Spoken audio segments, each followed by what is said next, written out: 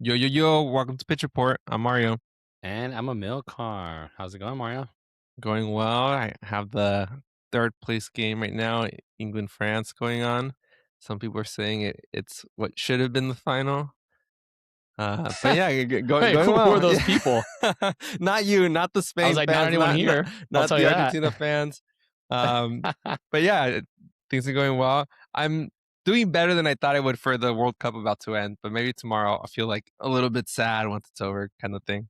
Yeah, I feel like because it like slowly starts like petering off, I feel like you kind of it makes you be okay with it. I feel like if it were to go from like games every single day to just no games, I would be like that'd be really rough. But I think the fact that it kind of peters off makes it a little bit easier. Yeah, I even started watching baseball again on yesterday. I had like not watched any baseball the whole World Cup. Good because the Padres have not been I doing too know. hot, so I think it's worked out perfectly. I think I'll Because say. like they were like 10 games above 500 when the World Cup started, and now they're under 500. Maybe they also have a World Cup hangover. Maybe they do. But Oh how my are you God, doing? Mark. I didn't ask actually. On the eve of Spain's World Cup final. Yeah, I'm pumped, man. I'm super excited. I think it's gonna be an interesting one. What just happened? Did they score already?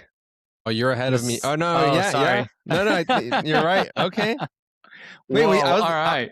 I was gonna ask you what you thought your prediction was. So I mean, okay, it's 1-0 right now, but I guess what's your prediction? Who's gonna win? I mean, this is hard because I think for a third place game, it just makes you wonder like who cares about the game. And it seems Yeah, like honestly, from what I was listening to interviews and stuff, like both the teams don't really want to play this game. yeah, But it's just like who doesn't want to play it more. Because I think that's what it comes down to. I think all in all, I think the French team is probably the better team here. But I think we said the same thing about the semis with both these teams actually, that yeah, they're probably the pound for pound talent better team.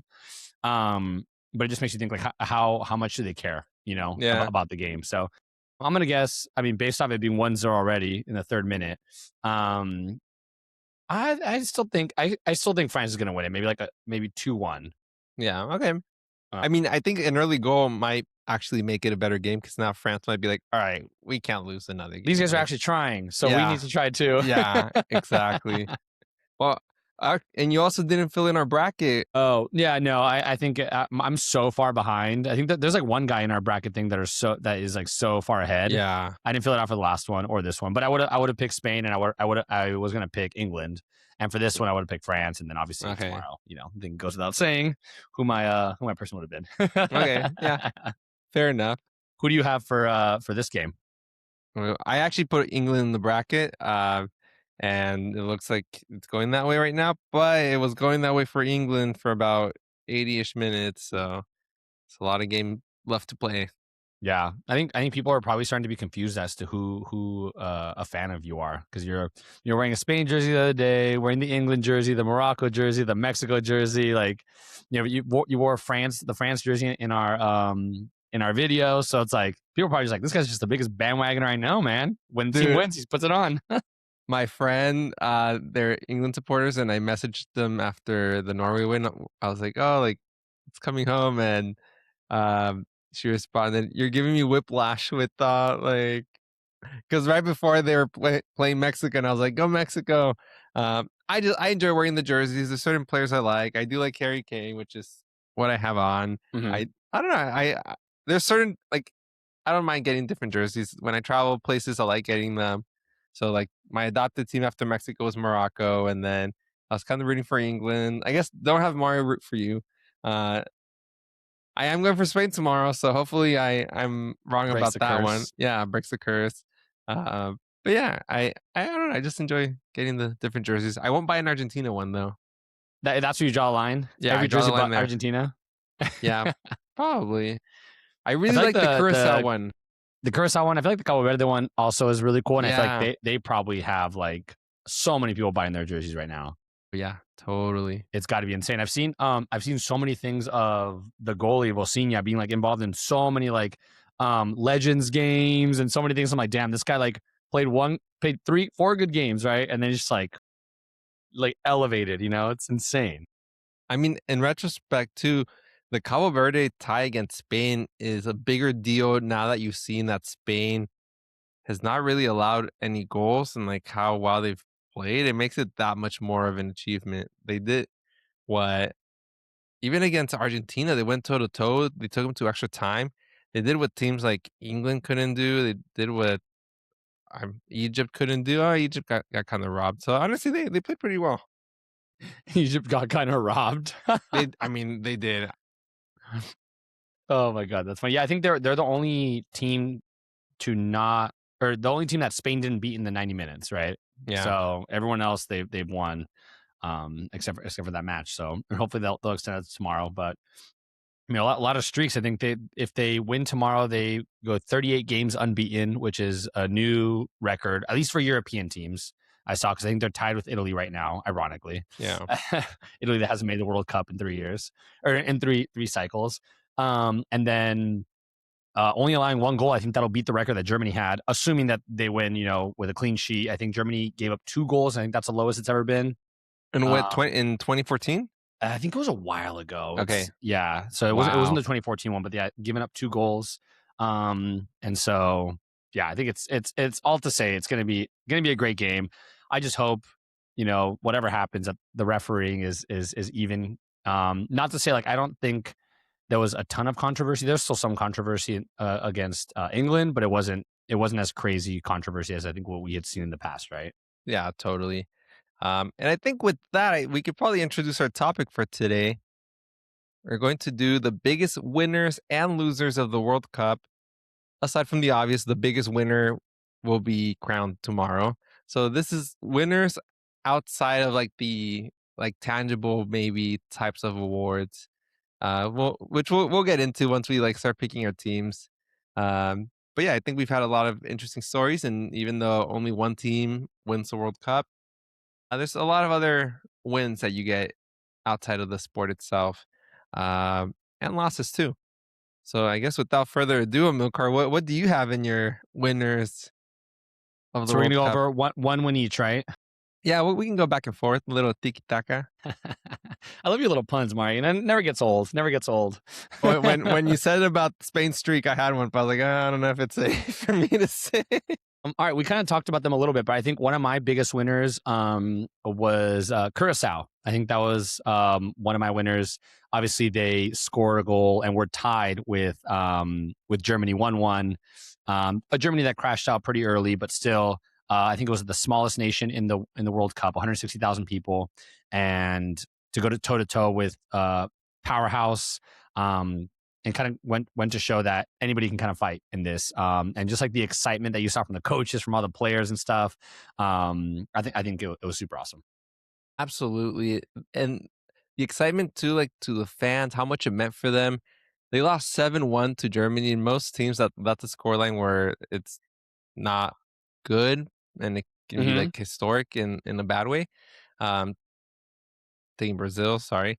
But there was an interview with the Curacao fan where a reporter asked her, "How do you feel about like getting defeated or getting like kind of like beat pretty badly?" And she was like, "We scored a goal against Germany. Like, no, we didn't lose. Like, Yeah. we celebrated. We like we won. Like, we felt good, and this is gonna be a goal that they'll celebrate and remember for a long time."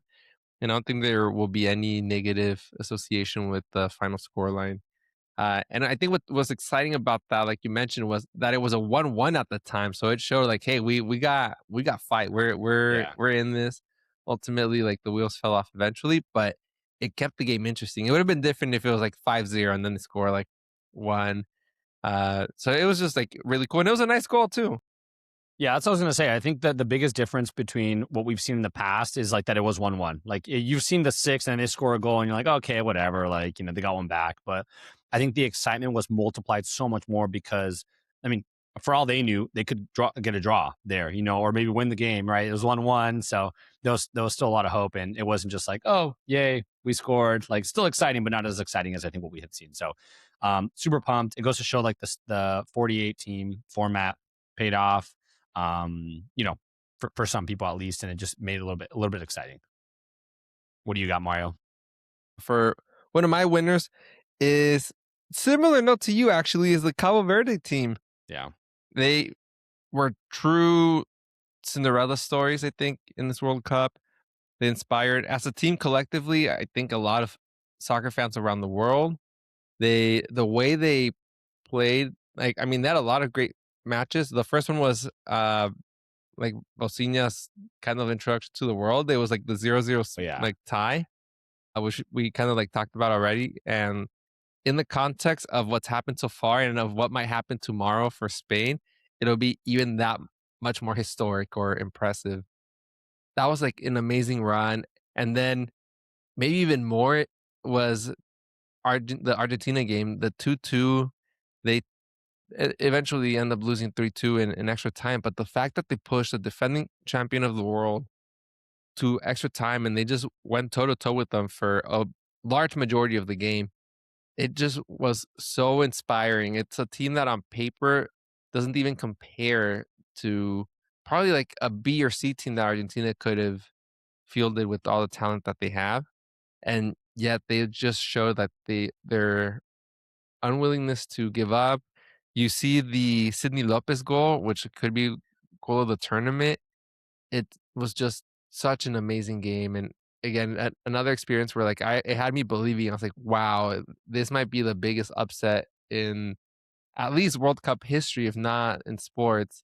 They fell a little bit shy of that, but I think they really gained a lot of fans. A lot of people now know where Cabo Verde is.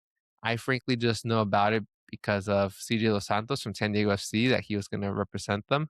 Uh, but yeah, I thought it was an amazing story, and there's some of the I think heroes of the World Cup. Yeah, completely agree. I think they're like Curaçao on steroids, right? Because they did a little Yeah, bit more than what Curaçao was able to do.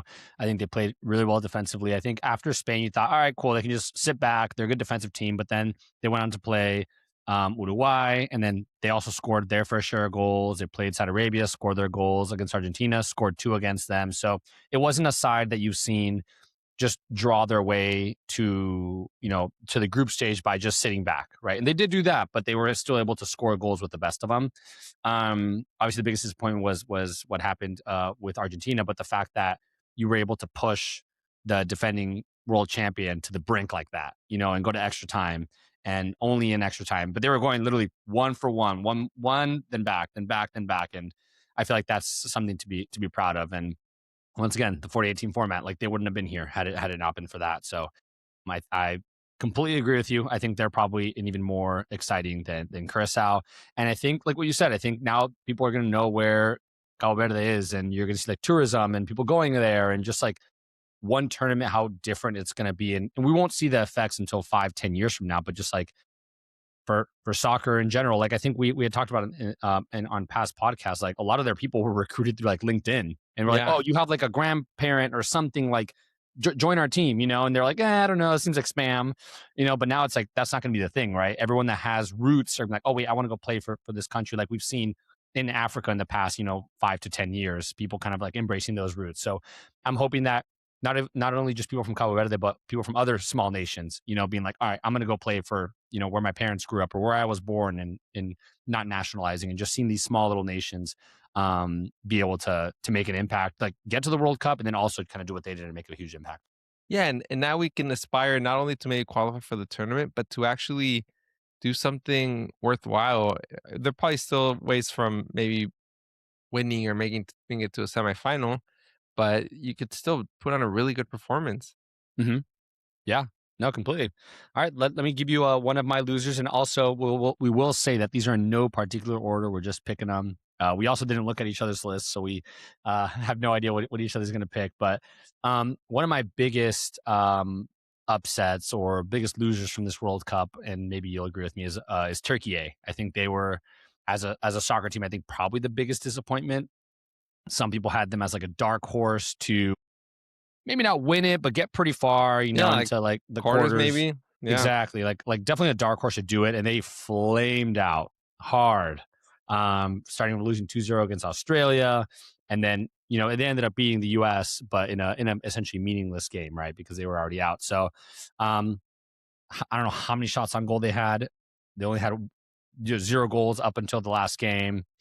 Just a huge disappointment. I think there was some bright spots within the team, but as a whole, it was just a massive, massive disappointment. Yeah, it was a team where people were saying, "Oh, they could win the group. They could like the U.S. better like watch out with Turkey," which I guess Hmm. they ended up losing to them. But like you mentioned, it was a meaningless game at that point. So yeah, and I feel like every World Cup has at least one or two teams where this happens to, and I think that this was maybe one of the more prominent ones because I feel like with the third place option, they should have technically gone through. Like it was as easy as it's been ever to go on to the Yeah, next we talked round. in we talked before the World Cup that was like, if you don't make it in this tournament, like man, like almost everyone makes it, right? There's only like 8 teams that don't go through, and then it's like it, Yeah, crazy. they're one of the 8 and one Hmm. of the first ones to, like, get eliminated too. Yeah, yeah. Yeah, yeah, that was a disappointing one. What do you got? I got there's a couple to pick from. Okay, I'm gonna go with hydration breaks. I don't think they were really that successful. I think they kind of violated the integrity of soccer. I feel like they've stopped the flow of the game. There's been a lot of reports about how momentum switched from the team that had more momentum going into the hydration breaks to the team that didn't after the hydration breaks. So I feel like it kind of messed with the ebb and flow of what soccer is, which a lot of it is an endurance sport. And they kind of Americanized it in the sense of made it into quarters, like having like first, second quarter, halftime, third, fourth quarter.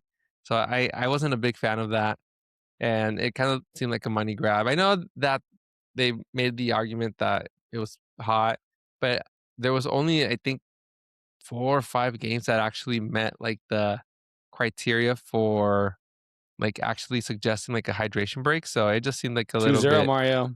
Ooh, okay, it's looking good for England. All right, France Man, is gonna turn it on. France is gonna. I'm it looked like a very soft goal. It was like a header. It seems like, yeah, it seems like France is more out of it mentally than England is here, man. That this is crazy. yeah, but Oh, they're Bellingham's not not gonna. even playing. What? They're not gonna want to get it like embarrassed. Yeah. I also wonder if goals that you score in this game, do they count towards the goal? Yes. Oh, they do? Yeah. Okay. So someone was like, "Oh, this could be crazy. Just like let Mbappe and like Bellingham score 5 goals each, just so Messi doesn't get a golden ball or the I'm golden boot." I mean, yeah, Mbappe is playing, so I'm sure he's Yeah. gonna try to get 2 or 3 because are they tied right now? Yeah. Him and Messi are tied. I think 8 goals apiece, and then Bellingham and Kane are at 6. Okay. I mean, if Mbappe can score 2 goals, I don't know if Messi will score 2 goals, Yeah, but I don't know that Argentina will score 2 goals, period, let alone having Messi score both of them, yeah. All right, sorry, back to your point about the hydration break. Sorry. We took a quick hydration break for Yeah, exactly. on the Yeah. episode. No, I just don't think they were well received. I did like Telemundo how they reminded us that they were the only broadcaster in the US that didn't go to commercial breaks for it. Because sometimes you would go like on Fox, it would come back and you were already like missing a few seconds from the game. Hmm. So I think that that format didn't necessarily work very well. Yeah. So I think I'll push back on you on it. I don't disagree with the breaks being a problem, but like this might just be the new normal. I mean, I think we probably just need to adapt to what this is. Like, I don't think that the momentum shifts is that much of an issue. I think it almost makes coaching even more important than it was before, because the momentum comes from coaches being like, "Oh, let me audible here. Like, this is what's happening. Like, all right, get everyone together, and like let's figure that stuff out." I think on the flip side, we also had, and I don't know if this is going to be one of your points, but like we had a lot less time wasting, right? So all the time wasting when people were going down, what was happening during that time? Everyone was just going to the bench. The coaches, like people had head injuries or they had stuff, like they were just going to the edge anyway. So, like, I think it's give and take. I think it is a new normal. I do agree. It did seem like a money grab. And the tough part with them playing in indoor and outdoor stadiums is like, how do you make it fair, right? You can't Yeah. say, okay, well, if you play an outdoor stadium, you get a hydration break, but then if you play an indoor, then you don't get a hydration break, but you're in the same group. So some people can make tactical changes kind of in the middle of the game. Some people can't. So I don't think there's a perfect way to do it. to solve it. I mean, the hydration breaks came from Qatar, right? So this is already the second tournament, and in Qatar, it didn't seem like anybody really cared, or like it was kind of really a big issue. I think it was, and it's probably because of your point. Like it seemed like it was really needed. It's like 100 degrees outside; it's really hot. And then this year probably wasn't needed. I think just like FIFA's a business, whether we think they're corrupt or not. I think they're just like, why would we give up hundreds of millions of dollars in TV revenue when we could just keep it the same, right? So um, I'm I don't know how I feel about them yet. I think I'm still more on the negative than the positive, but I do see this could just be the new normal, and I Yeah. think we as viewers need to adapt, and like players need to adapt, and coaching needs to adapt, and kind of like figure it out, just like we did with VAR and like all these other changes to try to make the game a little bit better. One thing I will say, I think the viewing experience is not worse off. Like in person, I didn't hate the hydration breaks in person because it honestly gave me a little bit of time to like, all right, take a step back, go to the bathroom real quick, That's grab a so true. drink, grab something Yeah. like that. So that was a positive of it. And even at home, like I'm like, oh, I gotta pee really bad, but like I'm gonna hold it, hydration break, boom, let me go do something and come back. I guess I didn't think about it from the fan perspective in that regard, but yeah, now fans can also literally get a hydration break, pee break, whatever it is that they might need. Yeah, Yeah, and I so think it's also attention span. You got to imagine like our like the attention span of the world, whether we like it or not, is just going down and down and down. And so maybe soccer was one of the saviors of like consistency. But like, how often are you watching a game where you're not on your phone, you're not like looking at something else? You know, it's like I think maybe they're adapting to that way. So it's like, all right, we have 23 minutes of just watching, and we'll be able to focus, and then we got like a 3 minute break to go do my thing, and then kind of come back and lock in. So I think it's tough, and I think anytime we're messing with anything traditional, and that this goes with tennis, basketball, any sport, it's always like weird, and people are a little bit uncomfy. But I think when you kind of like 5, 10, 15 years down the line, I think it's going to be something that's just normal, and that is what it is. Also on the flip side, Mario, maybe players are able to play way harder, and that's where we're seeing so many more goals this tournament that we have in the past because people players like, all right, I'm going to go balls out for 23 minutes. I'm going to chill, and then go all out again. Where maybe before they were pacing themselves a little bit. that's actually a good point too. I didn't think about it from the, I guess, human performance aspect, but yeah, I'm sure it's not affecting them. Yeah, it can be bad, right? I mean, at least for them. So, yeah, but yeah, I agree. I think in terms of the sporting side, it or like the TV side, I think that's where it seems like the money grab, and I think people feel that it's that way. So I think people have 100% negative connotation because it just seems like it's a money grab for commercials versus anything else. You know, where at least Telemundo made it feel a little bit better. Yeah, I think for this time around, but if they become the norm, it'll be a sure commercial break, I would assume going forward. Yeah, yeah, and I guess that it streamlines me into my biggest winner, and I think my biggest winner was Telemundo. Honestly, like I think that was it. Not only was it the hydration break, I think the hydration break and them staying in there was huge. And just to your point, real quick, I'll dive into my biggest one a little bit more, but I think like you were able to even see Fox adapt a little bit, where even they weren't going to commercials, or they were going to like one commercial, then coming back and doing those like in-screen commercials, because they lost so many viewers to Telemundo, and whether that was because of the hydration breaks, or if that was because people just love the enthusiasm of the Mexican and Argentinian or like Latin commentators. But they lost a ton of viewers. I think they said like 20% of the viewers watching Telemundo didn't even speak English. They just wanted to watch it on Telemundo because it was just a better viewing experience. And like Trevor Noah was like, I feel like one of the people that like started that, he was like, I'm watching on Telemundo no matter what. He's way better. And he's like, I don't speak any Spanish. There was someone that had posted, "I'm gonna be fluent in Spanish by the end of this World Cup." At least be able But to yell goal with like a very, very long breath. goal, Yeah, yeah. exactly. That's a really good point, and yeah, Telemundo, clear winner, and it makes sense, like, why for the reasons you mentioned. Also, the value proposition was better on Telemundo. It was cheaper to watch on Telemundo than having, like, a Fox package. I don't know what the difference was, but it was, like, at least, like, 2 or Because it was like $3. So Peacock, right? yeah. Versus the Fox Yeah, Sports. Yeah. it was cheaper, and, I mean, we're bilingual, so we have the option, like, of listening to both and understanding, and my preference has always been the Spanish broadcast. Yeah. One of them is because I feel like that's what I grew up in. Spanish is my first language, but I always just found it to be more exciting, and like you mentioned, some of, like, the non-Spanish speakers were listening to Telemundo because it also sounded more exciting, and I used to try to figure it out in the sense, like, am I just used to Spanish and that's why I find them more exciting? Because English sounds like a little like a little more bland sometimes. It sounds more uh like I don't know if the word's just actual Like, commentating not where they're enthusiastic, yeah, it's not just like enthusiastic. They're yeah. like narrating essentially It's a like, little "He bit has the more. ball, now he has the Yeah, ball, now he has the ball, now he shot and he scored," you know? yeah, and I keep trying to think like, oh, but maybe it's just a cultural thing, and it's not that the English broadcast is bad. They do show enthusiasm. It might just be like I don't know the way that it's been done. And then I've even tried thinking like in English, can you make the same? Could you add the same enthusiasm? Is it the way that the words are spoken? Because some of the commentators in Spanish are pretty poetic in the way that they describe some of the actions that are going on.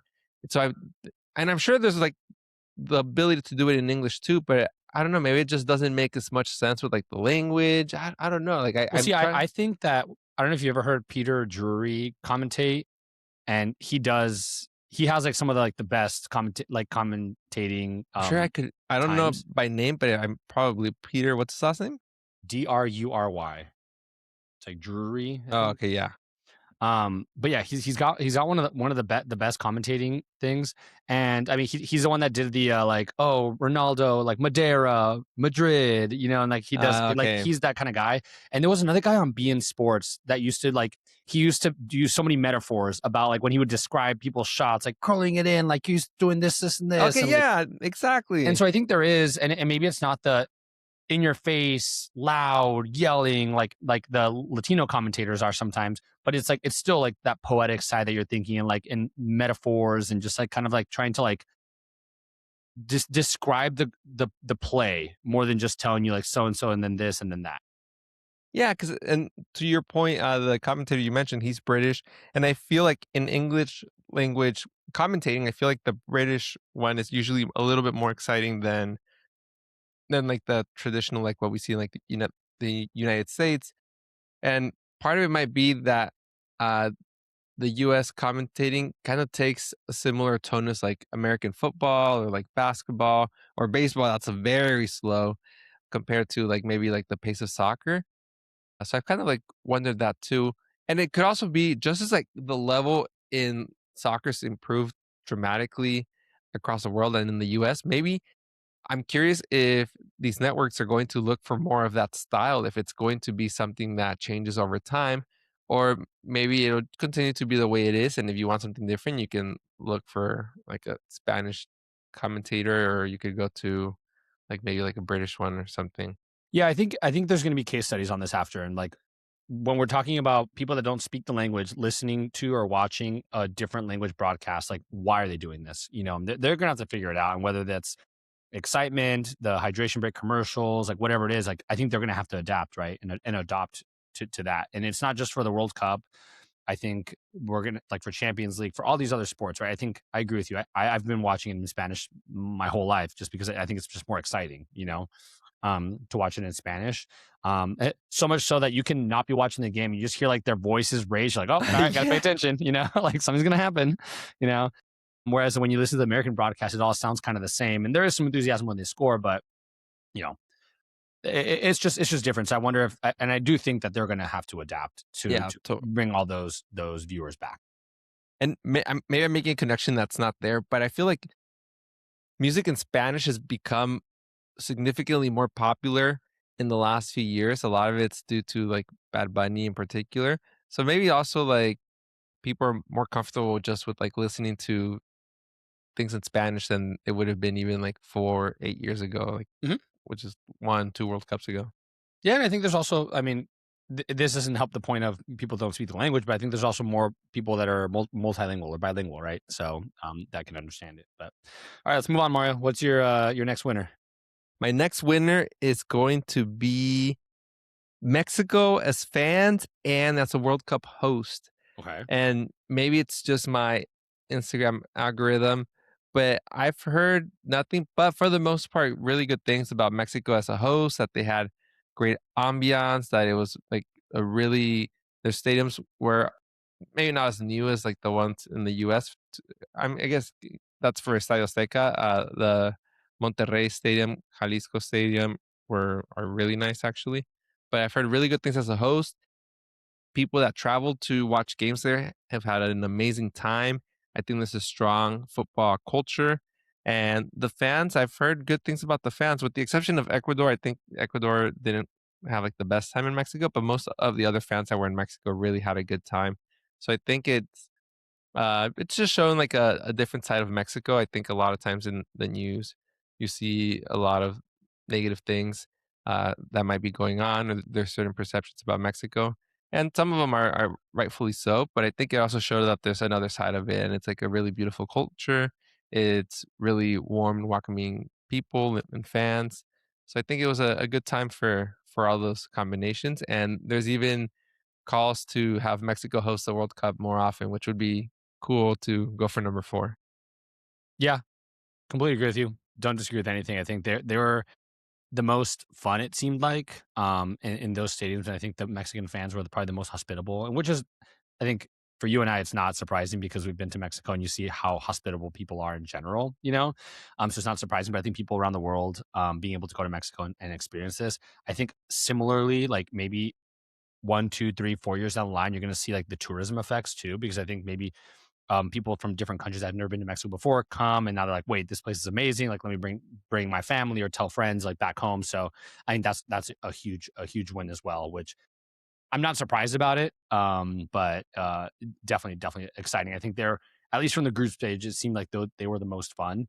Um, I feel like it was like probably them, then US, then Canada. I feel like Canada just kind of was like the ugly stepchild of the of the Yeah. three, that it seemed like, at least from, obviously I didn't go to any of those games or at all, but it just seemed like from the PR you were seeing, like it was just more mellow and there wasn't like a lot going on in the Canadian games. Everything you saw was like either the Mexican games or like in LA or New York or Miami, like just like the craziness that was going on. So um completely agree with you. Yeah, there was really cool videos of like I think primarily like European fans in the certain parts of the US, like in the South, and like going to a Walmart for the Go to first Bucky's. time, going, yeah, Bucky's, or even the players like Holland and on the Norway team, they got like cowboy hats and things like that. So I Yeah. guess in general, it was just really cool seeing like the mesh of the cultures. There's even calls for going back to Mexico, but calls for the English FA to host Mexico at Wembley for a friendly in hopefully the near future, just due to like such a good time and good environment between both fans at the quarterfinal game or round of 16 game between Mexico and England. Yeah, I think that was just, the environment was so good, and I Yeah. think people loved it, and so being able to play that match again, kind of in England, would be fun, and it was very competitive too. All right, let me give you another loser. This is kind of like a two-part loser, so I'll say, or maybe just like a one part loser. But I would say football fans' wallets. It's probably Oh yes. big one of the biggest losers. FIFA found a new way to cash in with their dynamic pricing, which they'd never done before. Before, they used to basically just sell the ticket. It was just, that was the price for like the section you were in. And then now, based off of demand, the tickets go up or down, however it is. And we saw the tickets were just going up and up and up and up. My kind of second part to this was it goes against with like the resellers, but like people buying tickets on StubHub and then getting scammed and showing up to the games thinking they have a ticket, but then not actually having a ticket from the resales. So I think between both of those, I think it's probably going to be the new norm. I don't think it's just a US thing. I think the US is probably the perfect market to test it on, because that's just how US tickets work for us in general. You know, just like that's how it is, depending on the seats, especially the resale market, how it is. But the StubHub scams, like that's just a brutal one, man. I saw so many people like crying outside just because they're like, oh, we thought we had a ticket and we don't have a ticket. Yeah, that's so unfortunate. These are once in a lifetime opportunities. People really plan for to go to these events. I mean, for you and me, we got to go to a game. We bought it through the FIFA website, and this is both like our first time, and we were like super excited to be there, and it was a great time. So yeah, it's just unfortunate having that happen. I'm very curious for the 2030 World Cup that will be back in Europe and Africa, if they're going to try to implement the dynamic pricing. What do you think? Um, like I have a feeling that I mean no, I don't think Europeans are going to stand for it. Where if Well, Outside, how many people in Europe came to the U.S.? I mean, yes, but yeah, I guess that's true. I just think in the US, you're kind of used to kind of getting like screwed for most sporting events. If you want to go to a concert, if you want to go to try going to an NFL game, an NBA game, like it is not cheap at all. Baseball can be a little bit cheaper, like MLS as well. But European fans outside of major cities, like if you're a fan for like Sevilla or Valencia, which are still like big teams in Spain, for example, Wow, like 3-0 Mario. oh my gosh, oh soccer, everyone's scoring this game. Dude, and they had like 4 chances. Like the goalie came out. Yeah, wow. This is sad for France. Man, I wonder. Yeah, I And we're wonder if they're 36 gonna. minutes in, by the way. We're not Yeah, even done with the first half. dang. Oh, I like Magnon's goalie kit. I hadn't seen the pink one. Looks pretty cool. This is a good Uh, Deschamps goodbye. yeah. Oh, that sucks. I mean, he had a legendary run. Yeah. Um, Sorry. Go ahead. no, it's okay. Like, if you're used to supporting like a soccer team in a smaller city in Europe, you're not going to be willing to do dynamic pricing for the most part, or at least it'll be significantly more expensive than what you're used to like paying.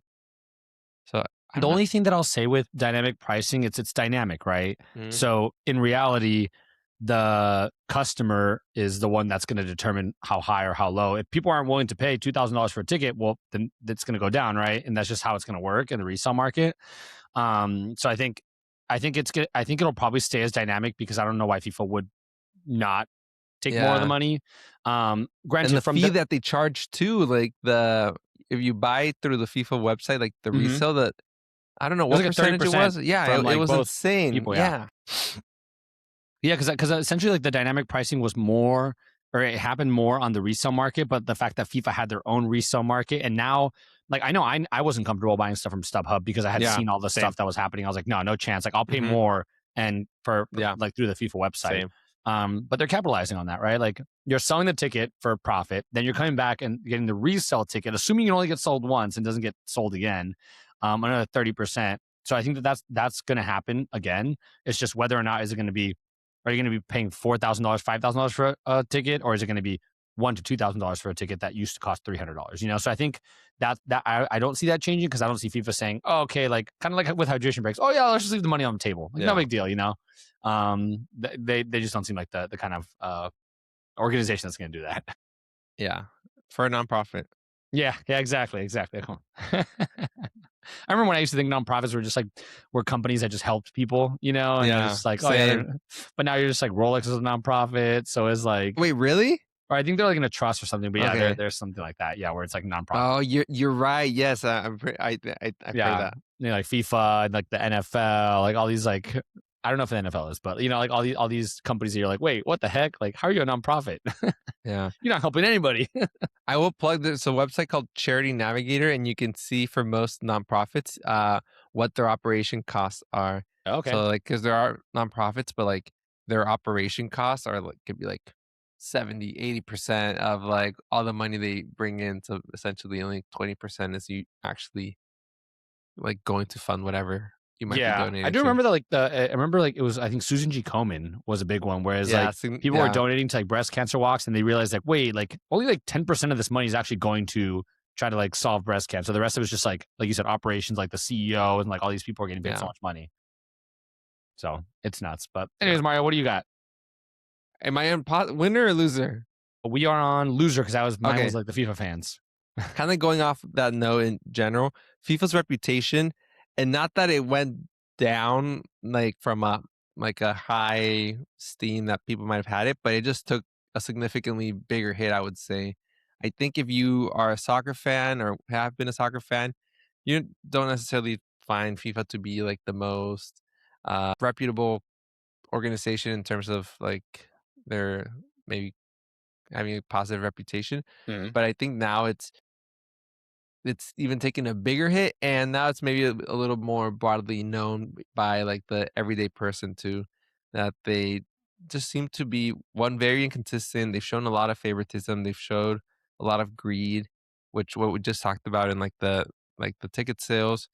So I think soccer is a sport that's loved so much, and FIFA's so embedded in it that they have a monopoly in it in a sense, and their actions a lot of the time just show a bit of like maybe like a feeling that nothing will ever change because people love the sport so much. I Yeah.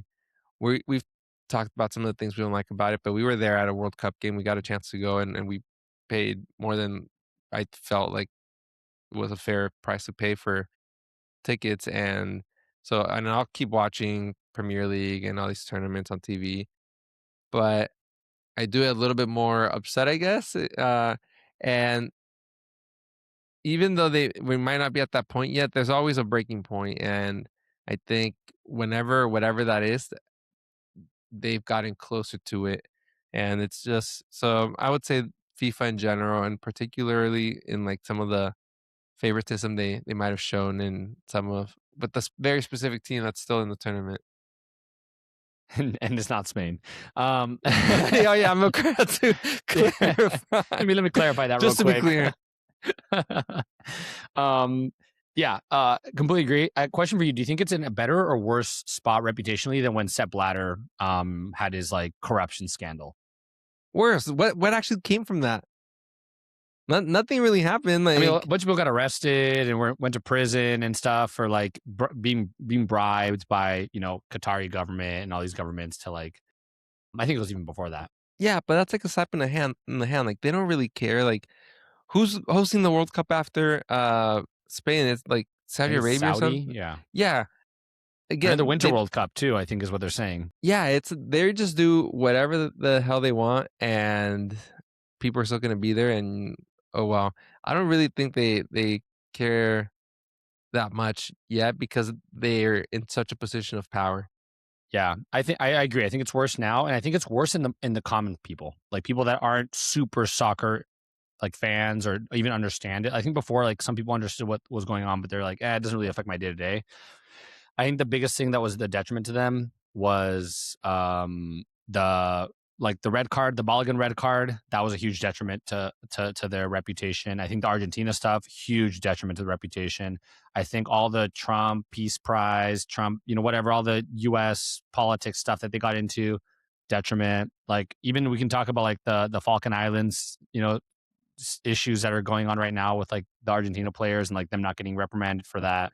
Like I think it's a lot of common people are seeing this now in terms of like it's actually affecting their what they're watching, and before it was like, all right, it's like something in the background, it's like, okay, yeah, like it's like the higher ups, there's corruption everywhere, but like the game is still good, it's still pure. But now you're seeing that like it's affecting like the product on the screen, and I think that's when now maybe not you and I, but like the random American fan that's like, this is bullshit, like this sucks. Like, why are we doing like they're so corrupt and all this stuff. So I think that's why I agree with you. It's way worse now than it's ever been. Yeah, like and like you mentioned, the product on the field now, like it doesn't. At least for me, it no longer feels like okay, whichever team is better over 90 minutes is going to win. Even if one team's an underdog and the other team's like significantly better, there's always a chance. An element of that I feel like has been removed from the game just because there's been so much like manipulation to it, whether it's like the Mhm. hydration breaks, which we argued that might not be terrible, but the VAR, the inconsistencies in the calls. And now when calls happen, they might go away, they might not. So it's just the belief that it's no longer based on okay, who was better that day at that time. So I think that's pretty frustrating. And in general, I believe FIFA is pretends to have certain values and morals, but they just change them based on whatever's convenient. And it shows because they flip flop back and forth on things. I feel like when you have a strict set of values that you actually believe in, it's not that hard to make these decisions because you can apply them to the circumstance objectively, and that's not happened whatsoever. Yeah, and I think there was always an element of refereeing being like the the joker or like the wild card, right? But I think it was always thought of whether it was or wasn't, right? It was always thought of like, it's just human error. Like it's just like Yeah. referees are going to miss stuff, they're going to get calls. But now, like you said, anytime there's a bad call, like even if it's a human error with Argentina, it's always like, oh, okay, like now it's just it's being swayed their way, whether that's true or not. Like that's how it seemed, especially with the bringing about of the VAR, right? Like that's supposed to fix all of these potential bad calls, but now it's almost like making them even worse, like magnifying all the bad calls, and then some things are getting called one way than the other way. So completely agree with you. I think the product on the field is just totally different. Like you said, I'm still going to keep watching. Nothing's going to change. Wow. My God. No way. Number 4? 4-0 in the first half still. This is, I think France needs to Man. score, do something, man. This is just embarrassing Yeah, now. they I don't care if you do. don't care about Oh, this game at all. they just Like, showed a little kid with like yeah, blue hair. He actually didn't look that sad. He just was taking it with the chin or on yeah. the But the chin. But people were spending a lot of money to watch this game too. yeah. So like, you got to do something, you know. Like, this is just And embarrassing. I wonder if Deschamps is just going to rip them a new one when they go in the half. probably.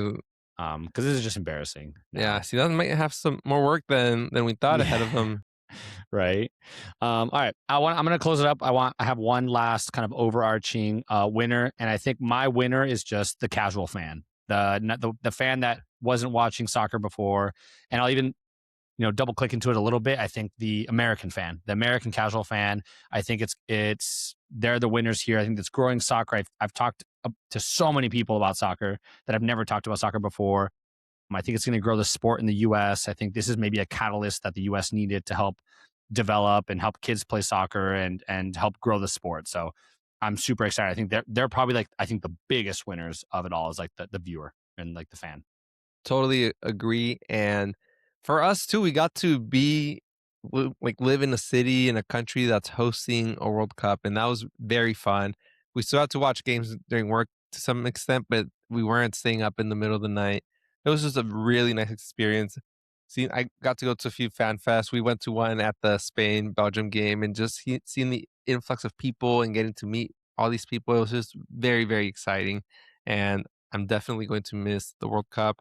And with the casual fan too, I'll double down on the smaller nations too. They proved that they could compete, and now I think there's going to be a lot more kids that are going to believe like, hey, I could actually play in a World Cup. Before, like maybe you thought, hey, like my country could never make it. Now, like we actually can. Like if, and I'm talking about the smaller nations that didn't make it this go around, but they're maybe neighboring others like countries that Mhm. did. Like, okay, like Curaçao made it, so why not us? Like, or Cabo Verde made it, like, why not us? Like, we could be. I could be the person to take my team to the World Cup, and if it gets expanded to 64, then yeah, definitely why not us? Totally. I mean, if it gets suspended at 64 at this point, it's like it's going to be anybody. Like half the nations of the world are going to be able to make it to the World Cup every time. So we'll see. We'll see how that works. But I think 48 so far. I think we all agree it's a winner. No, So I for think that sure. was good. It all the criticism that people had about it being very bad games and that, I think Cabo Verde this proved just them by themselves have proved it wrong completely. So yeah, excited. Before we go, Mario, I'm curious. What's your outlook on the game tomorrow, the Spain versus Argentina game? Before we go. Oof. Okay, well, Argentina has surprised me every time. I thought like they actually beat England like decently well. I feel like England dropped back. In 10 minutes, right? Like the Yeah, in last 10 like 10 minutes, minutes of the yeah. game. Yeah. Yeah, there's some tactical choices that, Tuchel made that maybe were not the best, but at the end of the day, like, Argentina beat them, and it seemed like they kind of beat them without that much help from the refs other than maybe just the normal, leniency or this look the other way when Yeah. they make questionable fouls, but, it wasn't as blatant, I guess. So with that, I'm hoping Spain wins, and I think Spain will win at this point 2-1. I would have said 3-1 maybe earlier on before the England game, but just Argentina just refuses to lose. So I do think Spain will win, but it'll be like a 2-1, pretty close game. Yeah, I'm You? kind of pretty close. I think they'll give up a goal, and I think it'll be like a 1 or 2-0, and then it'll be like more of the last minute goals is my thought. I think if all else is equal, if everything's fair and the game's refed, reasonably well to, what it should be, I don't see Spain losing the ball. The Spain doesn't give the ball up. Spain doesn't do what England did and go back. Like when they're winning against Belgium and against France, they keep pushing. What they do is instead of sitting back, they're just like, all right, we're just gonna sit with the ball. We're just gonna pass the ball back and forth, move it around, and their midfield's good enough to do that. You know, so barring anything unforeseen, I see Spain winning 2-1, 3-1, something along those lines. Still scary though because Argentina has never goes away. So Yes. I feel like you have to be almost up 3-0 in like the 88th minute to be like comfortable and be like, all right. And even then, they can score 3 goals in like 5 minutes. That's where they're very dangerous though, because most teams 88, you're starting to maybe panic a little bit. You're like, okay, you're already thinking I might lose. Argentina, this is where they know like we're gonna win.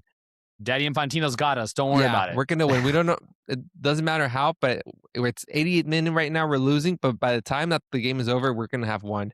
And they've been able to pull like a rabbit out of the hat or whatever the saying is, like every single time. So that's why I think they're so dangerous. And the thing that scares me about Spain is Unai Simon when he tries to play defense or something, he just comes out so far. The interesting part with that though is like that's I think exactly what they wanted him to do. Because if he didn't make those two like jumps all the way out, that Mbappe probably scores both those goals. It's one-on-one Mbappe against a goalie, right? And so I think that that's exactly what they want him to do. They're playing a high line, so if the ball comes over, they're just like Unai, just come out and just like disrupt it, and we'll figure it out. Because you see, the second he comes out, all the defenders just run straight to the goal and they just stand at the Yeah. goal. And you saw like Laporte was able to kick one out, and then Unai Simon on one of them was able to come back. So I think that was their move because they didn't want to go one-on-one Mbappe with a goalie. So I think maybe and when I first saw it, I was like, oh, this is stupid. Like, this makes no sense. Like, it looks like a goalie error. But then I'm like, I thought about it. I was like, no, I think that's exactly what they want him to do. They want him to do that. And that way they can play the high line without having to worry about the ball just coming over because they know that because Unai Simon generally plays pretty far up. Like, he doesn't play in Yeah. this goal. He plays pretty far up. So he's kind of there already. So that's kind of almost like another defender that they have before, like in their back line before the goalie, if he can just kind of head it out or do something like that. So for me, it's just scary. It's like usually when you're up 1-0, 2-0, like with France, like, all right, we're good, 80th minute, but these guys are never going to go away. So I just hope that Spain doesn't sit back, continues to press the ball, continues to just keep possession because that's what they're really good at. And then hopefully we're doing a podcast next week with talking about Spain getting their second star and winning. So that's what I'm hoping for, and I'm hoping for a really good game and a fair game. Yeah. Which is sad that we even have to throw that in. Like all I want is like a fair game that's officiated fairly. Yeah. Hopefully we get all that and we will see you shortly after the World Cup, probably Monday after. Yeah, hopefully. All right.